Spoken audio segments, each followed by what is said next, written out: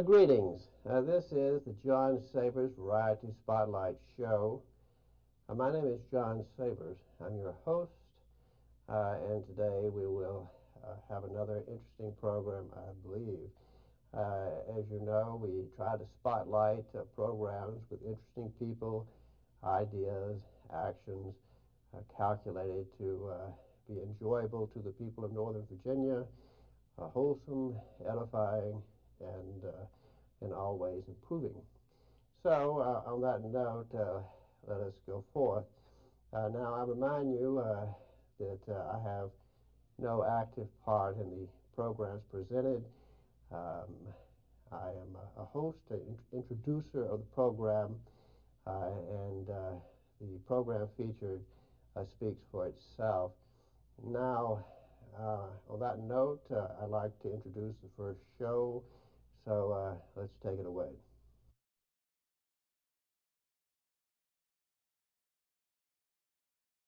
Auschwitz and Treblinka have some similarities. Both allegedly had gas chambers, both were in Poland, and both were run by the SS. When Soviet forces arrived at Treblinka, they found what looked like an abandoned farm. Here's Matono and Graf's book, quoting the first Soviet report. What remains are the walls of the burned residential building and of the cattle stall of the colonist Strebel, who was settled on the territory of the camp. When the Soviets first arrived at Auschwitz, however, they found something quite different. Raoul Hilberg writes on page 983 of his book, when the Soviets moved in, 29 of 35 storerooms had been burned down. In 6 of the remaining ones, the liberators found part of the camp's legacy: 368,820 men's suits, 836,255 women's coats and dresses, 5,525 pairs of women's shoes, 13,964 carpets, large quantities of children's clothes, toothbrushes, false teeth, pots and pans. In abandoned railway cars, hundreds of thousands of additional items of apparel were discovered, and in the tannery, the Soviet Investigation Commission found 7 tons of hair. More than 7,000 inmates, still alive, greeted their liberators, while hundreds lay dead where they had dropped. At the U.S. Holocaust Memorial Museum website, we see a Soviet-made movie showing the hair. There's the pile of hair.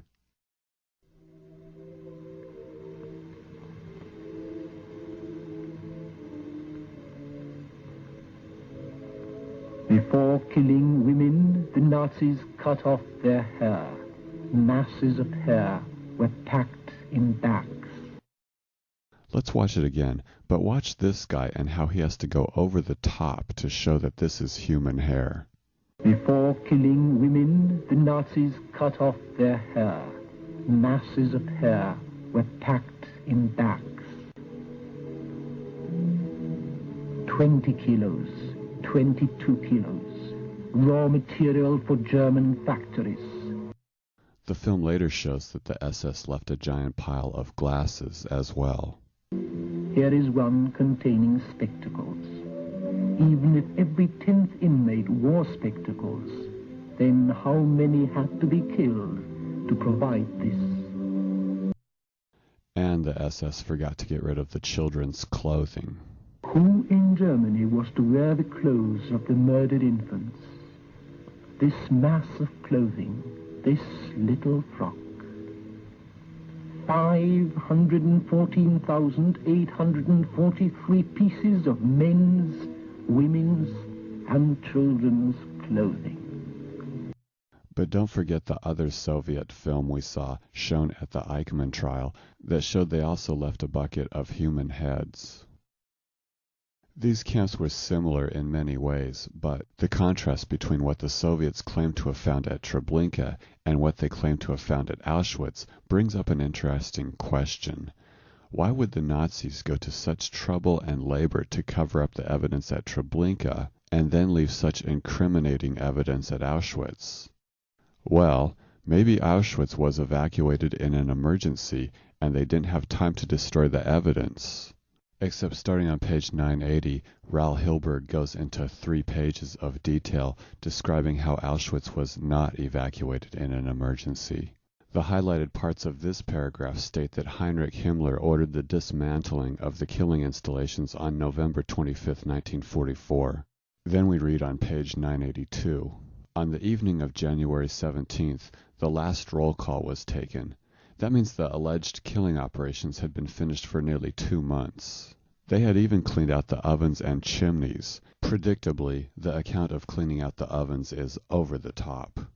A young woman recalled that while cleaning the ovens, she got bones and ashes in her hair, her mouth, and her nostrils.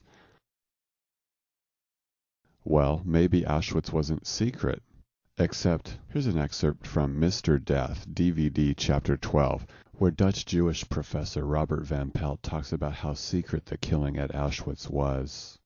There was a code. Germans had a coded language. You never talk about extermination. You always talk about special action or special treatment. There was a very clear policy. Words like gas chamber would not be used. The letter of Bischoff of the 29th of January is a kind of exception in this, because it is a letter which is written by a person who manages the whole operation and who himself had established a policy that you would never use the word gas chamber. Somebody in the architecture office underlined the word Vergasungskeller, literally gassing basement, and put on top a note, SS Untersturmführer, Kirchneck, exclamation mark. This means Kirchneck should be informed about this slip. And it doesn't occur after that. But if they were that careful about printed text, it doesn't make sense that they'd be that careless about leaving piles of incriminating evidence everywhere. Take the 7 tons of human hair. That is the one thing on a body that would burn. Several inmates and a large bonfire could have got rid of that in the space of an afternoon. To summarize, you might believe the standard Treblinka story, or you might believe the standard Auschwitz story, or you might believe neither. But how could you believe in both? To believe in both means you believe that at Treblinka they dug up decaying corpses of close to the population equivalent of San Francisco. They cremated all the bodies on outdoor fires. They crushed the tens of millions of bones by taking each bone individually and whacking it several times with a hammer. They destroyed evidence that the camp even existed by dismantling it. But at Auschwitz, they carelessly left a giant pile of human hair, lots of children's clothes, a giant pile of glasses, and 7,000 eyewitnesses waiting to speak with the Soviets. In Raoul Hilberg's book, The Destruction of the European Jews, page 979, we find what happened to the camps when the alleged killing operations were finished. In the general government, the Bug camps, Treblinka, and Belzec, were evacuated in the fall of 1943. The Wehrmacht Commando, which had constructed these camps, was ordered to destroy them without leaving a trace. At Treblinka, a farm was built, and a Ukrainian was invited to run it for income. And in Yitzhak Arad's book on page 370 we see, the SS authorities planned to leave absolutely no trace of the death camps. All construction in the camps was to be destroyed or evacuated. The whole area was to be cleaned of debris, plowed over, and trees were to be sown and planted. Then on page 373 he writes, the deserted fields of Treblinka were plowed, lupin was sown, and pine woods were planted. Consider these passages while watching footage of the 1961 Adolf Eichmann trial. Dr. Berman testifies. Adolf Berman visited Treblinka immediately after the war. I saw the sight which I shall never forget, it will never fade into oblivion. A tremendous area of many kilometers, and all over this area there were scattered skulls, bones. Tens of thousands, and heaps of shoes, piles of shoes, and among them tens of thousands of little shoes of little children. You picked up one pair of shoes which you brought with you. I brought a pair of shoes of children. A pair of shoes you kept until this day, picked up on the fields of Treblinka. I brought it as a very precious thing because I knew that over 1 million of such little shoes scattered in all the fields of death could be found easily. Thank you, Dr. Berman.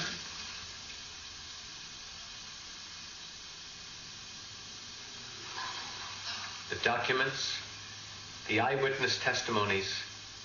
Seldom in history has a courtroom heard such a recitation of human cruelty. The person chosen for prosecuting attorney, Gideon Hausner, shown here, would have been the best attorney Israel had to offer. Hausner's qualifications would have also included an impressive knowledge of Holocaust history. But he put Dr. Berman on the stand, and Berman's testimony doesn't fit with the Treblinka story at all. His testimony has a lot of psychological power, though. We use a search engine to find the trial transcript and read when Berman first took the witness stand. Gideon Hausner is the Attorney General. Attorney General, I call Dr. Adolf Berman. The witness wishes to make an affirmation. Presiding Judge, what is your full name? Witness, Adolf Abraham Berman. Doctor? Yes. You are a doctor of psychology? Yes. Before the Second World War, you were the director of the head office of the Jewish Psychological and Psychotechnical Institutions in Poland, CENTOS? Yes. It appears Dr. Berman invented a story he knew would make a big psychological impression. Let's look at part of the footage again. Keep in mind that there are two translators' voices. One is Berman's and the other one is Hausner's. And heaps of shoes, piles of shoes, and among them tens of thousands of little shoes of little children. You picked up one pair of shoes which you brought with you. I brought a pair of shoes of children. A pair of shoes you kept until this day, picked up on the fields of Treblinka. I brought it as a very precious thing because I knew that over 1 million of such little shoes scattered in all the fields of death could be found easily. Thank you, Dr. Berman. We're going to cremate a leg of lamb at the beach as a way to better understand the outdoor cremation process. Along the way, we'll look at Hindu funeral pyres and other topics. We start out with 45 pounds of wood, 3 of these, and a 12.5-pound leg of lamb. The wood is around 3 times the weight of the lamb. Arad writes on page 174 that the concrete pillars that held up the grill were 70 centimeters high. Ours is 39 centimeters, around half. But we're trying to cremate a 12.5-pound leg of lamb, whereas they claim to have stacked bodies 2 meters high, around 6.5 feet. They poured an inflammable liquid over the bodies to help them burn, and we pour gasoline, which has been placed in a water bottle.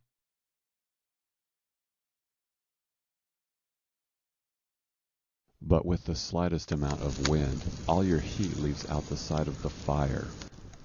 I'd say that less than 10% of the heat is making it to the lamb. The spring winds brought with them the smell of burning bodies from the nearby extermination camp, located 1.86 miles away. So they had wind just like we have a little wind.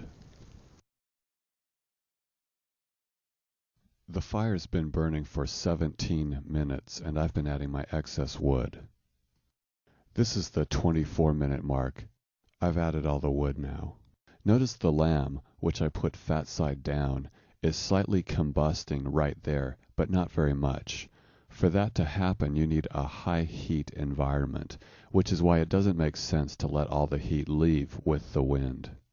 Here's the 30-minute mark. Notice the level of wood is going down, creating a space between the wood and the lamb. The loss of heat from that is removing the conditions where the lamb was able to combust on its own. Here's the 38-minute mark. And this is 1 hour. What you're looking at is the reason a Hindu funeral pyre works and this doesn't. The airspace between the lamb and wood is so great that the lamb is actually cooling. A Hindu funeral pyre doesn't have a grate. The body rests on the wood. As the wood sinks, so does the body staying close to the heat. Those coals are giving off a lot of heat, but it's dissipating into the outside air. The Germans wouldn't have done it this way, but if they had done it this way, they would have at least implemented the medieval technology of an adjustable height grill. Look at how easy it is according to the story. The body burning went on day and night. The corpses were transferred and arranged on the roasters during the day. At nightfall they were lit, and they burned throughout the night. When the fire went out, there were only skeletons or scattered bones on the roasters, and piles of ash underneath. We cut into the top of the lamb. It's still raw. This is 1 hour and 45 minutes after the fire started. The bottom of the lamb is just charred on the outside.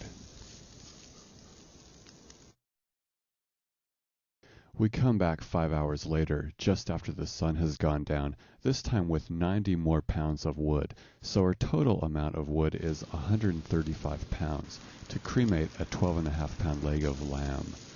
There's less wind, and I build a bigger sized fire.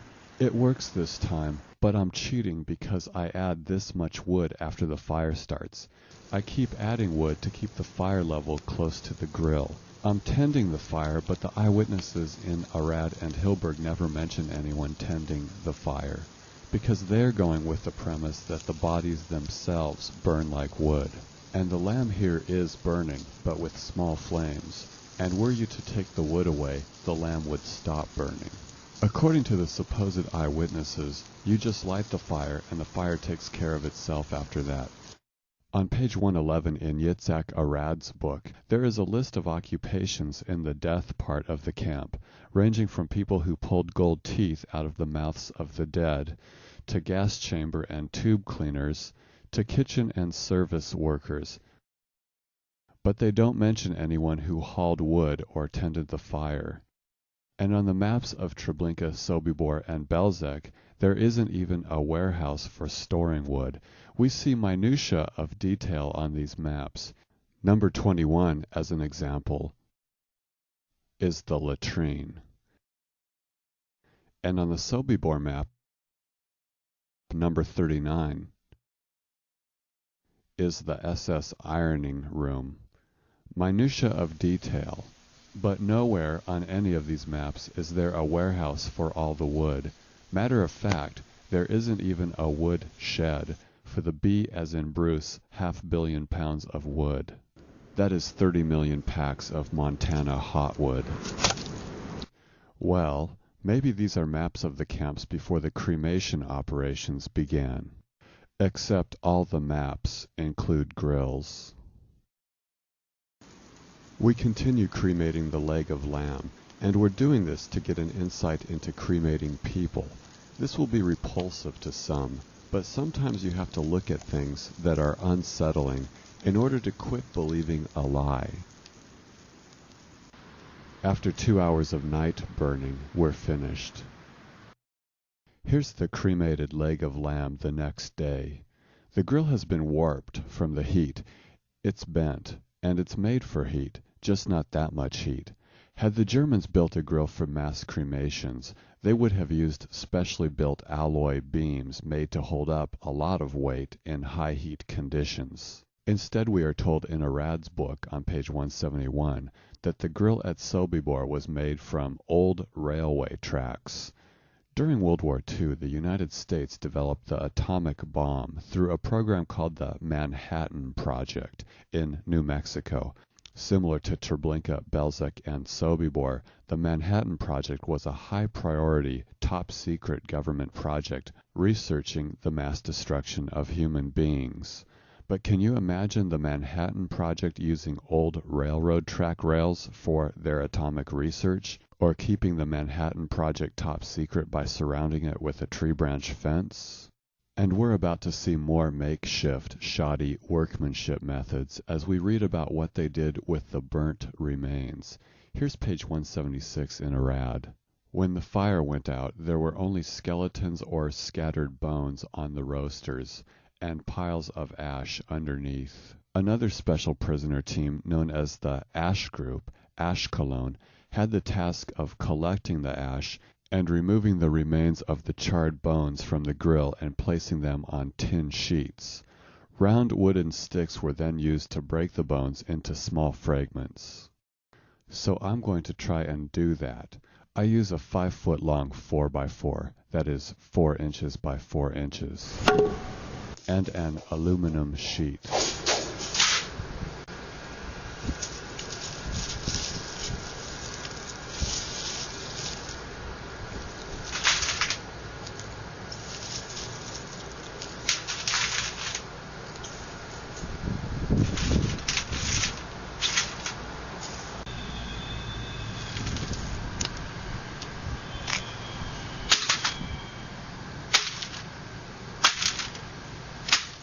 I find the bones friable. Friable means easily crumbled. Except, what is this?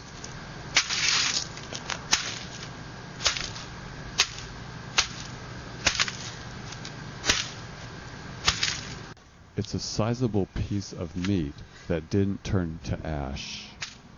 I burned 135 pounds of wood under a 12.5-pound leg of lamb sitting on a grill by itself, and I get a large piece of meat that didn't turn to ash, whereas they say, when the fire went out, there were only skeletons or scattered bones on the roasters, and piles of ash underneath.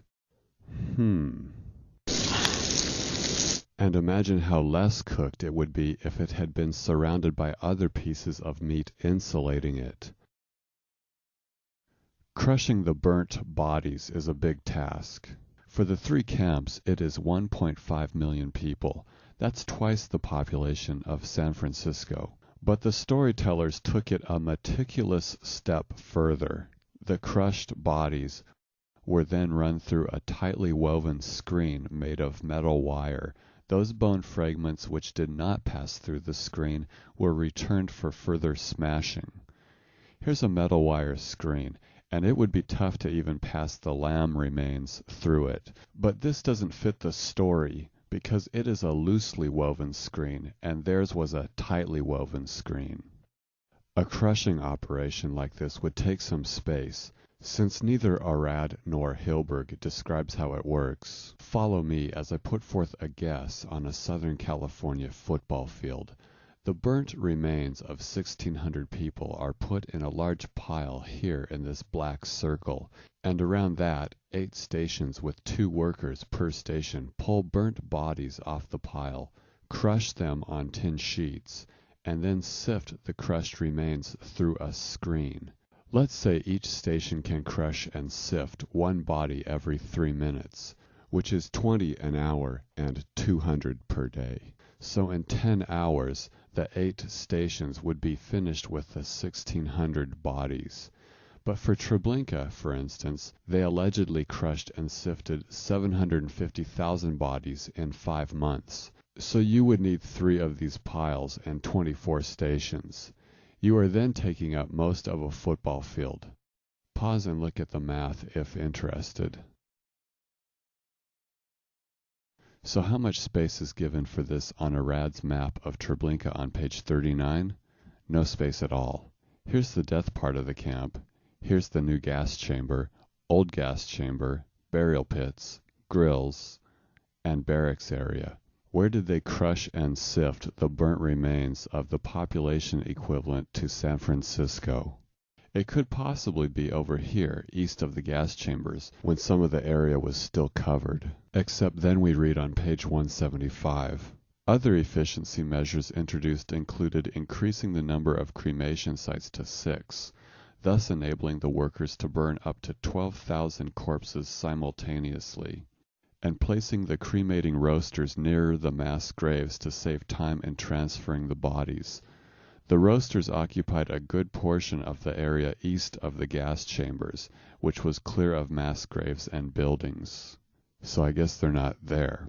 Arad's maps of Sobibor and Belzec don't include a place either. Neither does any map or model I've ever seen. The falsehood of this whole story comes out when you look on the maps, which might be why Raoul Hilberg's 3-volume Destruction of the European Jews, the 1985 revised and definitive edition, does not include a single map of any camp. And with the thoroughness that can come with 3 volumes and 1,274 pages, how much space does Hilberg give to the crushing of millions of burnt bodies? 1 paragraph. On page 977, consider our comparison with the Manhattan Project, as we read that the Germans looked for a bone crusher, whether manually operated or motor-driven, in of all places, the Jewish ghetto. The big conclusion? The ghetto apparently had no such machine. No matter, because apparently the commander of Auschwitz preferred to destroy his bone material with hammers. Lastly, consider this about the tin sheets, which, by the way, were likely thicker than what's shown here. Consider that upwards of 20 people pounding on metal sheets is going to make some noise, yet no eyewitness I ever read mentions incessant pounding. And why is a tin sheet in the story to begin with? It's the storyteller's solution for creating a hard surface on bare earth. The storytellers didn't always think of the best solution for things. According to eyewitness accounts at Treblinka, inmates used tree branches as kindling to light the cremation fires. That makes sense, as dry tree branches are very flammable. Perhaps it's the oil in the needles. Here are 2 small branches, about the size of my hand, from my Christmas tree. It's January 2006, and my tree was in my house a little less than a month. It was sitting in a stand of water to keep it from drying out so quick. Watch how flammable it is.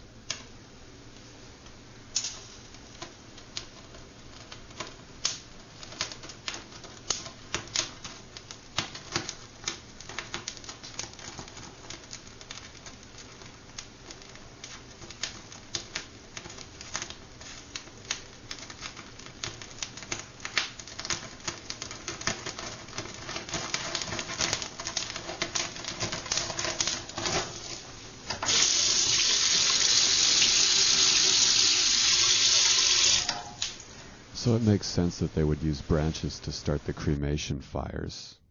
But what doesn't make sense is that the fence surrounding these fires would be made out of tree branches as well.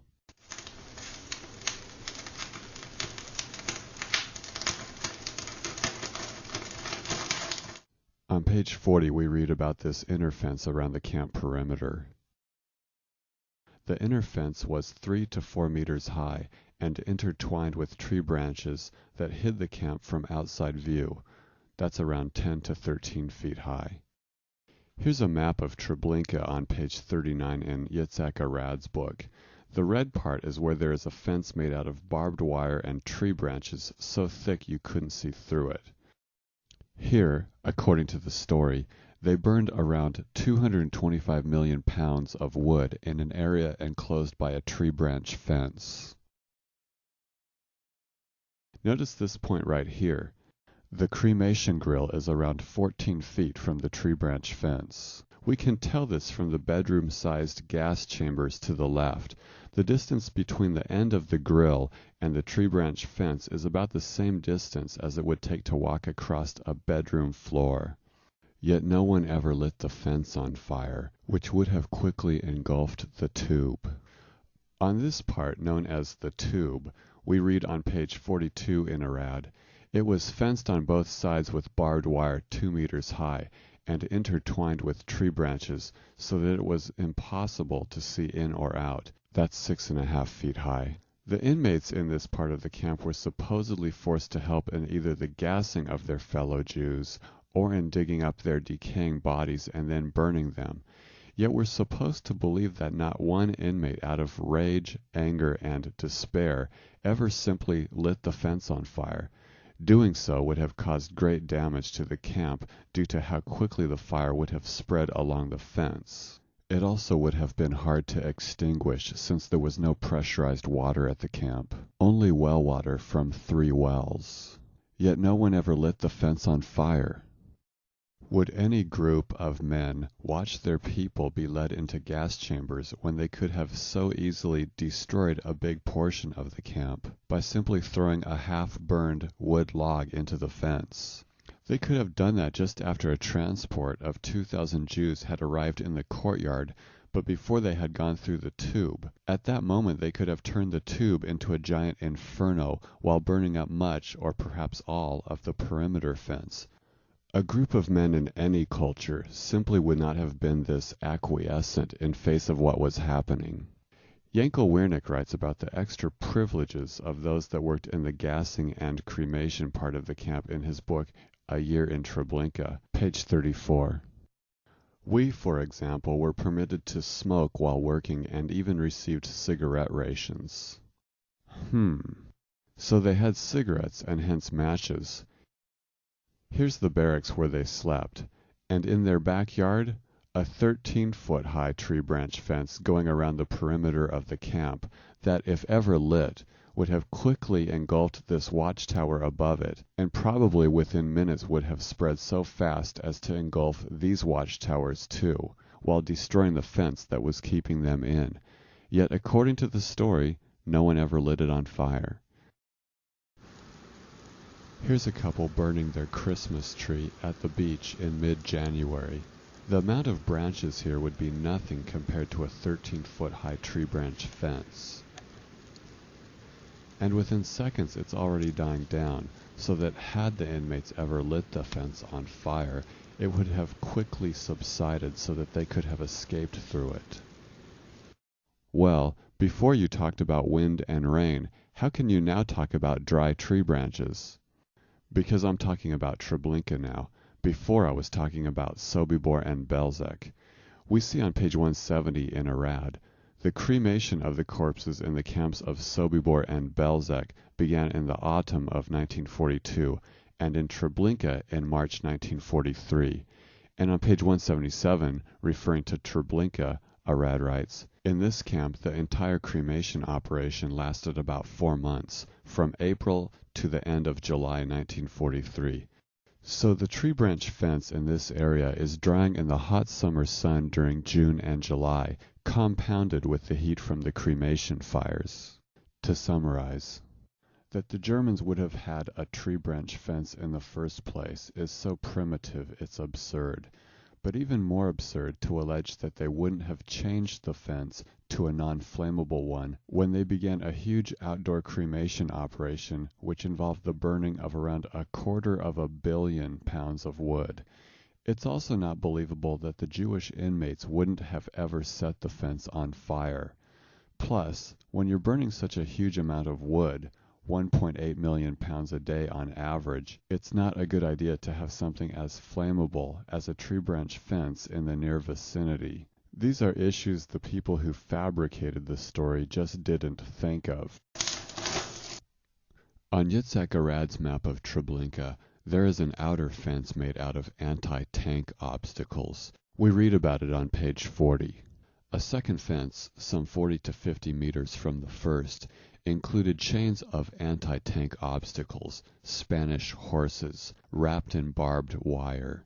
But if a Soviet tank ever came up to this fence, the tank would already be at point-blank range to obliterate everything in the camp with its large gun in the front. It wouldn't need to enter the camp. Plus, if Soviet tanks ever got this close, the camp would have already been evacuated. In contrast to this, let's look for a moment at how the Germans really did use anti-tank obstacles. There's a website called Lone Sentry that has made a wartime publication accessible on the web called the Intelligence Bulletin.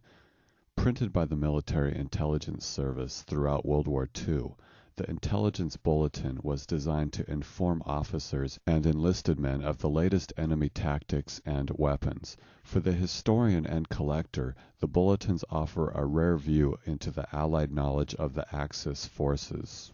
Going to the September 1943 issue to an article called Types of Concrete Anti-Tank Obstacles. We scroll down and read, in coastal towns, the Germans often use straight or curved steel rails embedded in concrete to block ramps, promenades, streets, and all other exits leading from beaches. Sometimes 3 or 4 lengths of straight rail are combined to form a skeleton pyramid, with their bases embedded in concrete and the tops bolted together. Rail and concrete obstacles are generally from 3.5 to 4.5 feet high. Here's a picture of this type of anti-tank obstacle taken by photographer Robert Capa, used in this case to make it difficult for troop transport boats to land. The Germans used anti-tank obstacles in ways that made sense. Using them for a perimeter fence doesn't make sense. A similar absurdity of the storytellers is found on the Belzec map on page 437. Number 19, standing all by itself, is an anti-tank trench used as a burial pit. So how does that make sense? Prior to being used as a burial pit, it was there to keep a tank going from here to here. Back to the Treblinka map, let's examine the likelihood that anti-tank obstacles strung with barbed wire had nothing to do with tanks, but rather were the best way to keep people inside the camp. But consider that too many things are doubling for other things in the Treblinka story. A captured Soviet tank motor doubles as a death gas generator. On the cremation grill, railroad rails double as heat-resistant alloy beams. And now anti-tank obstacles double as a death camp fence. If this camp had really existed as a death camp, would it have been this ramshackle and rigged up? We really need to know more about these World War II anti-tank obstacles known as Spanish horses, so we do a Google search, and something very odd comes up. All our hits are references to Treblinka. Surely these Spanish horses were used in other places during the war. We go to the San Francisco Public Library and use their big multi-volume dictionary, though it looks like an encyclopedia. It's a dictionary. And look up Spanish horse. It's not there. We then consult a military dictionary, and it doesn't mention Spanish horses either. We do find that a certain type of anti-tank obstacle is known as a Czech hedgehog, the kind we saw in the Kappa photo. So it begins to look like somewhere a long time ago an alleged Treblinka eyewitness couldn't remember the name Czech hedgehog, and as happens with memory, came up with the term Spanish horse instead. That might be why a Google search on this returns 25 hits, while a search on anti-tank and Czech hedgehog returns 8,900 hits. But what's in a name anyway? The main point is that stringing barbed wire from a contraption like this when tanks were not a factor would have been ridiculous. We go back to the September 1943 issue of the Intelligence Bulletin to another article called Barbed Wire Obstacles, German, and see a gnarly barbed wire obstacle 33 feet deep. And this is just a battlefield obstacle. Surely they'd put more energy into a death camp fence. Then we go to a March 1944 article called More German Obstacles. We find this issue at the University of California, Berkeley.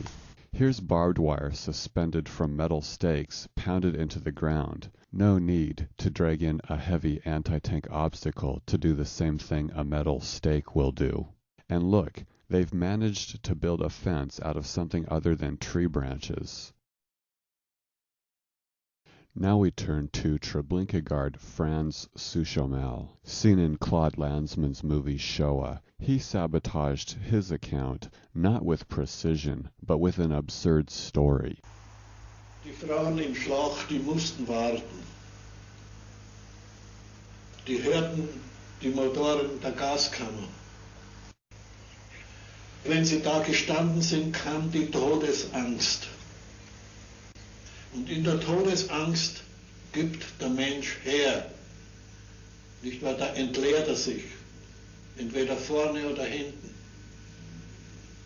Und so war das möglich, dass, wie die Frauen standen, nicht wahr, 5 oder 6 Reihen Experimente waren. Aufgestanden? Na, die konnten sich schon bitten auch, gell? Oder auch stehen. Gell? Also ich habe nicht zugeschaut. Ich weiß nur von Tod. Defecation when scared does happen, but it wouldn't happen en masse like that. 5 or 6 rows of excrement is absurd. The background of this clip is this. In the 1970s, Claude Lanzmann paid Suchomel around $1,800 to do this interview, a lot of money in the 1970s, particularly for Suchomel due to years of lost wages after getting sentenced in 1965 to 7 years in jail for being at Treblinka. Suchomel likely could use the money, but doesn't want to be used as a stooge for the larger lie, and thus sabotages his account with his defecation story. Lanzmann secretly videotaped Suchomel during the interview, which is why the image is so bad, though it appears that Suchomel knows he's being filmed, since when this line isn't covering his eyes, he seems to glance at the camera.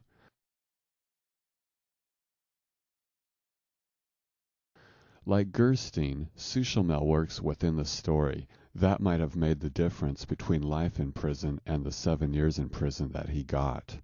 Revisionist scholar Robert Faurisson points out how this has a parallel with witch trials.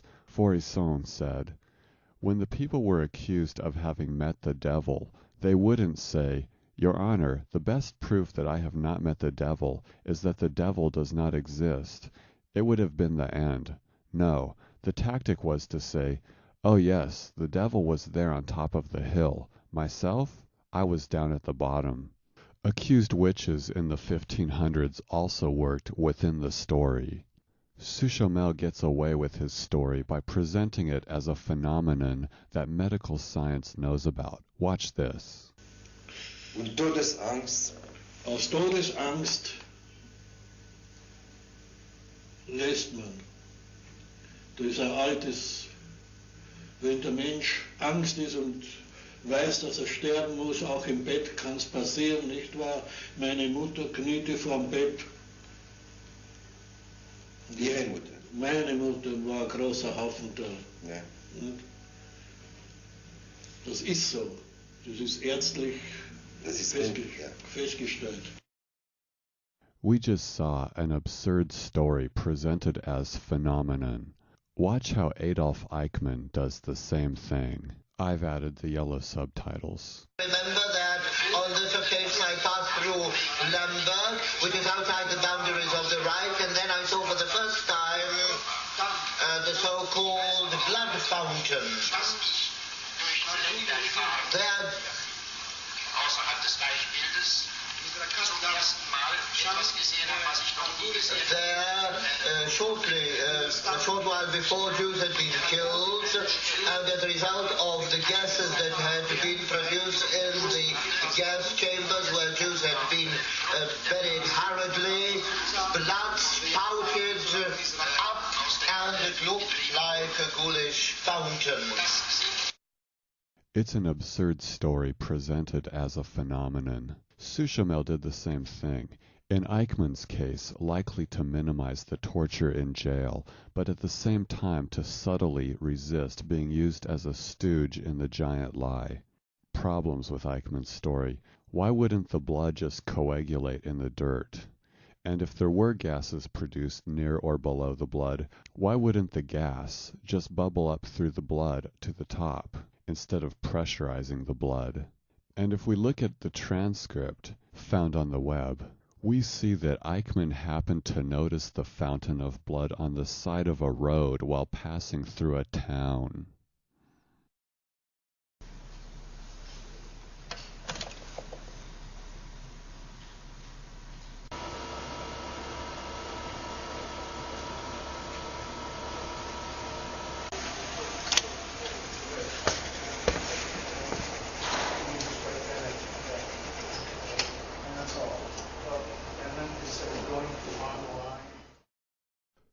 On the front page of the New York Times the next day, there was an article which mentioned Eichmann seeing the fountain of blood. Down here we see murmurs of disbelief, but that's not regarding the fountain of blood. Murmurs of disbelief and a derisive whistle were heard from the public gallery when Eichmann, talking rapidly, declared his abhorrence of genocide. Eichmann is sitting in a glass box with execution inevitable, likely being tortured, having no country or group advocating for him, probably not a single person who will publicly say they are a friend of his, and yet with all this, he figures out a way to get his message out to the world that this is a giant lie. He does it by telling absurd stories within the lie. Here's another.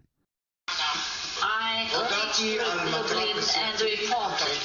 I informed about the aim of my trip and was accompanied by an adjutant, Top Lubotchnik, or another SS officer who was familiar with the place in the past. I was taken to an unknown direction where I saw two farmers' hovels being turned and constructed, and the Hauptmann of the police, the Ordnungspolice, there with an armlet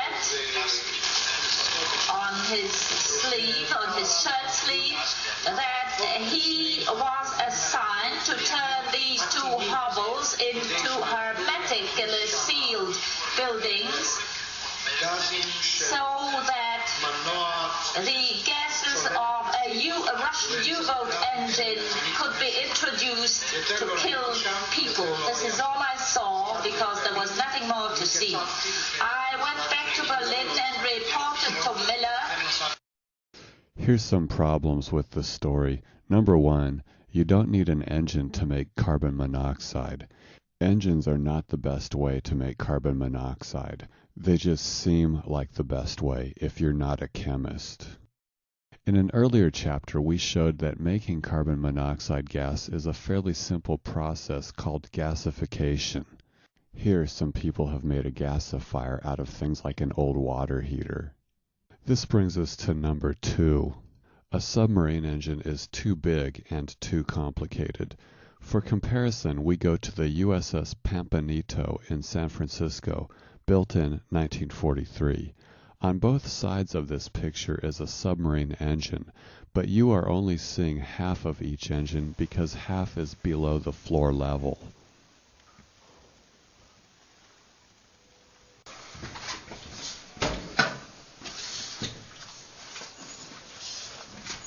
Operating this diesel engine takes a group of mechanics who have been to school so that they know what all these dials are for.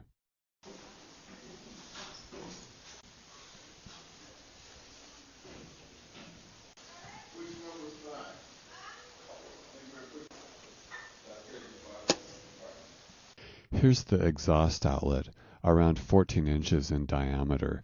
It could put out lots of exhaust, but diesel exhaust has a low carbon monoxide concentration. A river of exhaust through a farmer's hovel is not going to change that, which is why, believe it or not, this would work better. Number 3. Lublin is around 250 miles from the sea. I reached Lublin and reported. I informed about the aim of my trip. We look in a Rand McNally atlas, page 36. Here's Lublin. We look at the distance key and see that Lublin is around 250 miles from the sea. That's a long way to lug a Russian submarine engine to attach to a hovel. He was assigned to turn these two hovels into hermetically sealed buildings so that the gases of a Russian U-boat engine could be introduced to kill people. Number 4. The Germans didn't capture any Soviet submarines. Submarines are rarely captured because they usually sink when hit. The website uboat.net has an article called Captured U-Boats. The author states, "The Germans captured one enemy submarine during World War II at sea, the British HMS Seal." Number 5. Farmer's Hovel is too small time for a government operation. Where I saw two farmers' hovels that he was assigned to turn these two hovels into hermetically sealed buildings. Hovel, in my Oxford Concise English Dictionary, is defined as small, miserable dwelling, and another translation of Eichmann's testimony calls them peasants' cottages. Renovating a farmer's hovel is something a retired senior citizen might do in his spare time, not an activity connected with a top-secret government operation. These 5 items are some of the discrepancies Eichmann was hoping people would notice. Would Raoul Hilberg use Eichmann's trial testimony as a source for his book? Yes, a lot, when it fits with the story Hilberg is trying to tell. To summarize, we just saw 3 Germans who worked within the story but also subtly and purposely sabotaged their accounts. A final thing worth noting is the occupations of the Germans in the camps. Here is a book on Belzec by Robin O'Neill, found on the web. In Chapter 14, he gives tables of the people tried in the Sobibor trial and the Treblinka trial. He lists their occupations. Ask yourself if the occupations make more sense for a death camp or for a disinfection camp. Male nurse, male nurse, male nurse. Death camp or disinfection camp? Then we look at the table for the first Treblinka trial. As an aside, Robin O'Neill makes a mistake here, as Joseph Hurtreiter was tried and convicted 14 years earlier in what was really the first Treblinka trial. There's Francois Chomel, by the way. We see male nurse, male nurse, male nurse, male nurse, male nurse. Does that make more sense for a death camp or disinfection camp?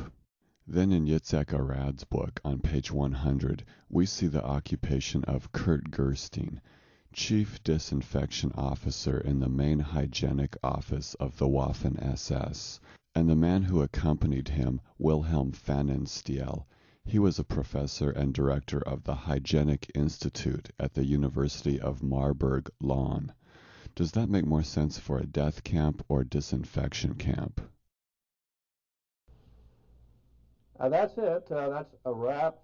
We're out of time again. This is the John Savers Variety Spotlight Show. My name is John Savers. I'm your host. I appreciate your tuning in. Hope to see you again next time.